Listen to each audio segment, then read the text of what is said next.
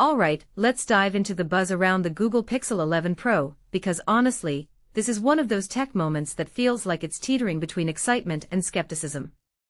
And I'm here to break it down for you, not just the specs, but the why behind it all. Here's the thing, Google's Pixel lineup has always been about pushing boundaries, but this year, it feels like they're playing a balancing act between innovation and practicality. So let's start with the hook. What's the big deal about the Pixel 11 Pro? Well, it's not just another phone, it's a statement about where Google thinks the smartphone market is headed. But is it enough to compete with the likes of Apple and Samsung? Let's find out. First off, the timing is interesting. Google's unveiling this thing on August 12th, and I can't help but think about how this aligns with the broader tech calendar. It's almost like they're trying to steal some thunder before the iPhone frenzy kicks in. Personally, I think this is a smart move, get ahead of the noise, set the narrative. But here's the catch, with Armageddon driving up prices across the board, Google's rumored $1,099 starting price for the Pixel 11 Pro is a bold play. That's a $100 jump from last year's model. And while I get it, components are expensive, I can't help but wonder if this is going to alienate some of their loyal fanbase. What many people don't realize is that Google's Pixel series has always been about value, not just specs. So this price hike feels like a shift in strategy. Are they trying to go fully premium, or is this just a reflection of the times? It's a question worth asking. Now, let's talk about that Pixel Glow highlight feature. On paper it sounds cool, a colored light in the camera bar that gives you notifications without needing to pick up the phone.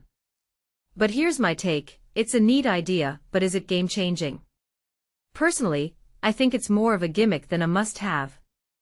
Don't get me wrong, I love when companies experiment, but this feels like a solution looking for a problem.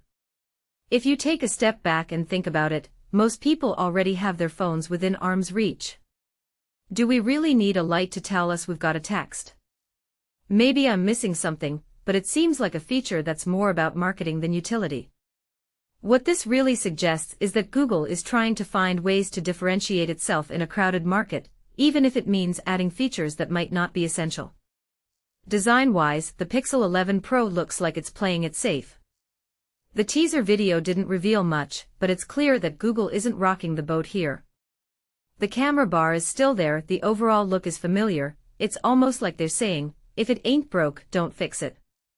But here's the thing, in a world where foldable phones and radical designs are becoming the norm, does playing it safe work in Google's favor?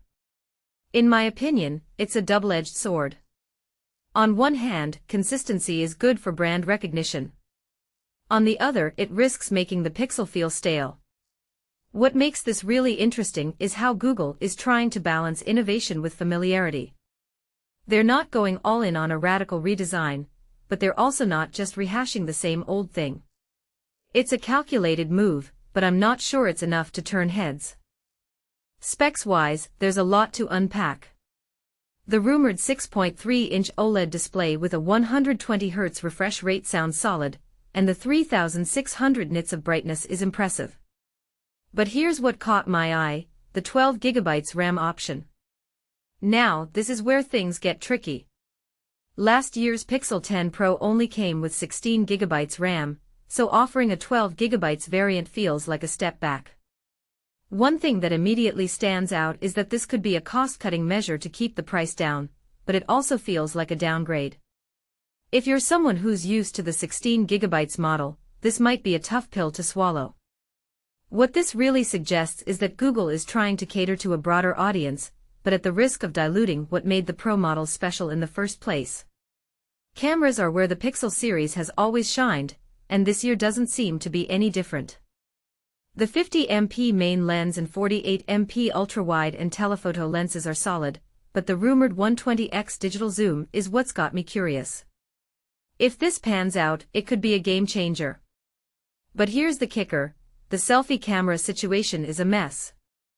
One leak says it's 13MP, another says 42MP. After the 48MP front camera on the Pixel 10 Pro, a downgrade would be a huge letdown.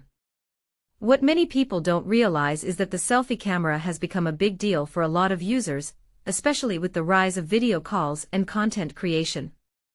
So if Google messes this up, it could be a major miss. Personally, I think they need to get this right if they want to stay competitive. So where does this leave us? The Pixel 11 Pro feels like a phone that's trying to do a lot, but isn't quite sure what its identity is. It's got some impressive specs, a few interesting features, and a price tag that's pushing into premium territory. But is it enough to stand out in 2026? From my perspective, it's a solid upgrade, but not a revolutionary one. What makes this really interesting is how Google is navigating the tension between innovation and practicality. They're not trying to reinvent the wheel, but they're also not just resting on their laurels. It's a delicate balance, and I'm curious to see how it plays out. Here's my closing thought. The Pixel 11 Pro isn't just a phone, it's a statement about where Google thinks the smartphone market is headed.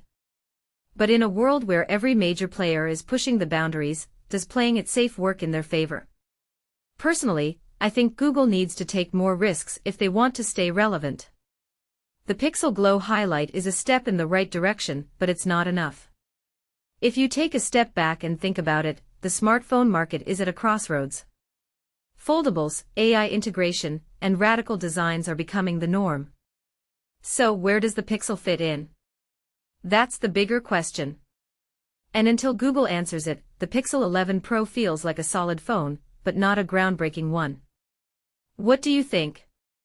Let me know in the comments below.